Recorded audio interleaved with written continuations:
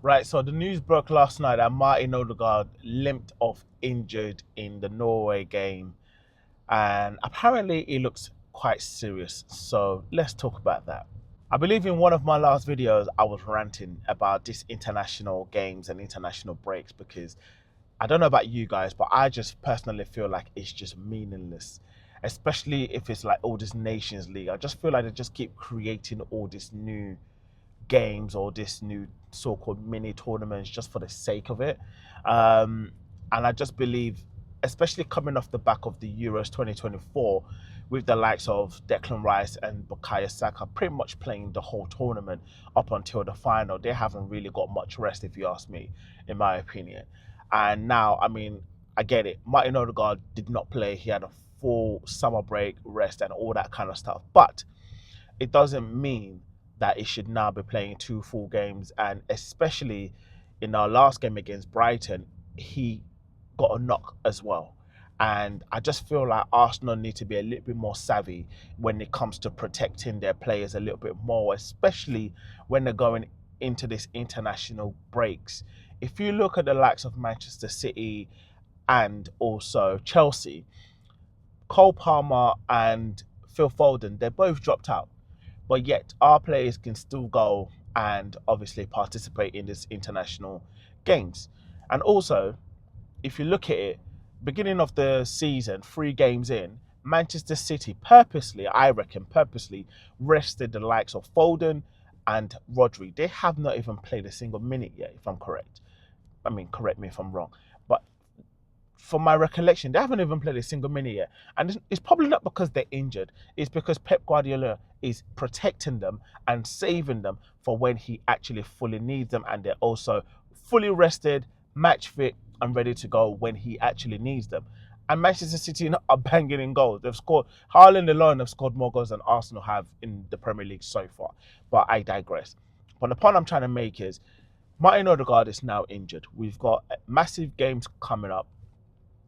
Our next game is the North London derby away, by the way, a massive game against Spurs, and it's looking like Martin Odegaard is not going to be available for this game, and it is pissing me off. I'm not going to lie. Also, then we've got, I believe, is Atalanta in the Champions League away, I believe it is, and then we've got Manchester City away. Honestly speaking, I just feel like we're cursed. When it comes to injuries, Arsenal are just bloody cursed. And it just seems as though we are not savvy enough in protecting our players when it comes to these international breaks.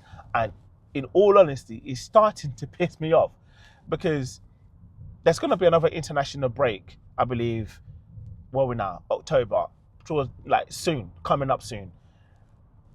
And I'm sure all these fucking players will probably go again. It's like, when are we gonna learn that Declan Rice, Saka, they don't have to play in this international game, or just basically speak to this international physios, the managers, and just let them know, you know what, please protect our players. They don't have to play a full 90 minutes. Let them play like, maybe 45, 50, 60, and take them off, or 40. You know what I mean? Players need to rest. You're killing players. UEFA, FIFA, you keep coming up with all these little mini tournaments for players to participate in, and they feel obliged that they have to participate in it. But the fact of the matter is they're getting burnt out. We've all seen that Declan Rice hasn't literally been up to pace in the start of the season because he's probably tired. Saka's been okay, but we all know how Saka gets. Towards the end of the season, he falls off as well because what? He doesn't have enough rest and there's not enough protection. So it's now looking, again, I don't know, I mean, England's still got another game as of the time recording this video. They've got another game tonight against Finland. Now, my question is Saka and Declan Rice both going to play? Are they going to play almost a full 90, if not a full 90? And then what? Then they're supposed to play against Spurs on Sunday? I mean, come on, man. Seriously?